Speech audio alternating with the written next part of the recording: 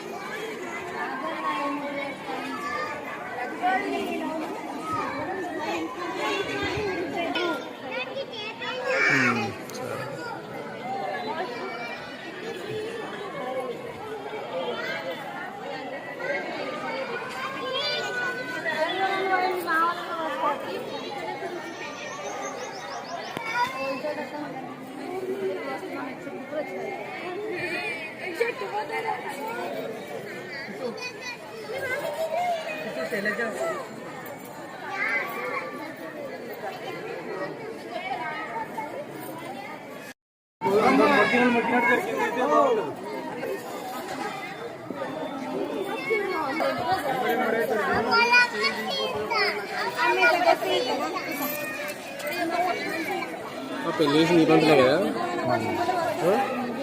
అనిపిస్తుంది. గ్రామం కోటిపల్లి అల్లూరు మండలం సంగారెడ్డి డిస్టిక్ కోటిపల్లి గ్రామంలో సీతారాముల కళ్యాణం మహోత్సవం ఘనంగా నిర్వహించడం వల్ల ప్రజలందరూ ఆనందంతో ఉన్నారు. మేము కూడా ఆనందంతోనే ఇలాంటి పండుగలు మరింత ఎన్నో జరుపుకోవాలని మనసారా కోరుకుంటున్నాము. ఈ ఛాయిస్ మాకు ఇచ్చినందుకు గ్రామ ప్రజలందరికీ ధన్యవాదాలు, శుభాకాంక్షలు.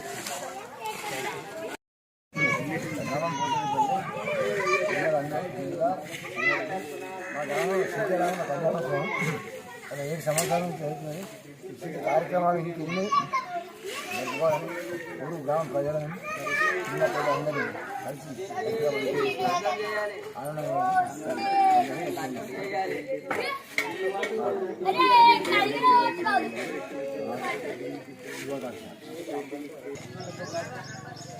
మండలం విలేజ్ గ్రామంలో ఈరోజు శ్రీరామనవమి జరుపుకోవడం జరిగింది. ఈ జరుపుకోవడానికి రీజన్స్ గ్రామ పెద్దలు, యూత్ నాయకులు అందరూ సహకరించడం జరిగింది. మేము గత 5 సంవత్సరాల నుంచి ఈ శ్రీరామనవమి జరుపుకుంటున్నాము. ఎంతో ఉత్సాహంగా ఉంది. గ్రామ ప్రజలంతా ఎంతో సంతోషంగా ఉంటారు. ఇక్కడ మేము జరుపుకున్న ప్రతిసారి అన్నదాన కార్యక్రమం ఉంటుంది. ఒక వందలాదిగా భక్తులు వస్తారు. చుట్టుపక్కల చుట్టాలు అందరూ రావడం జరుగుతుంది. ఎంతో విజయవంతంగా జరుపుకొని మా ఊళ్ళో చాలా పెద్దగా జరుపుకోవడం జరుగుతుంది. శ్రీరామనవమికి చేసినటువంటి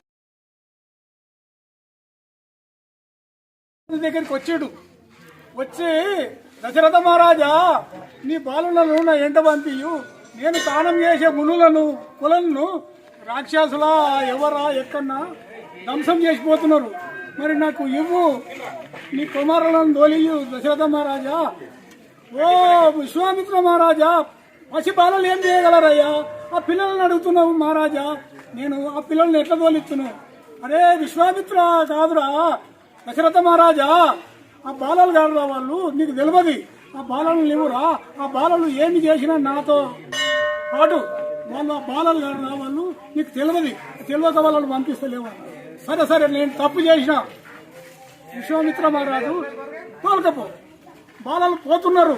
పోయేటప్పుడు పెద్ద రాక్షసి మీదికి భూతలికి ఆకాశవేనికి ఎదురు తప్పుకొని వచ్చింది.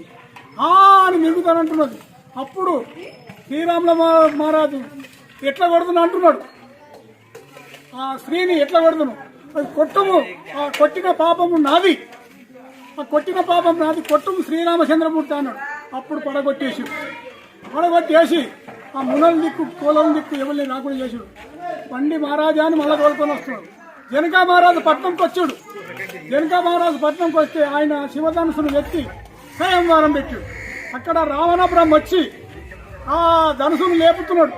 ఆ లేపి ఆయన ఎద మీద పడ్డాడు.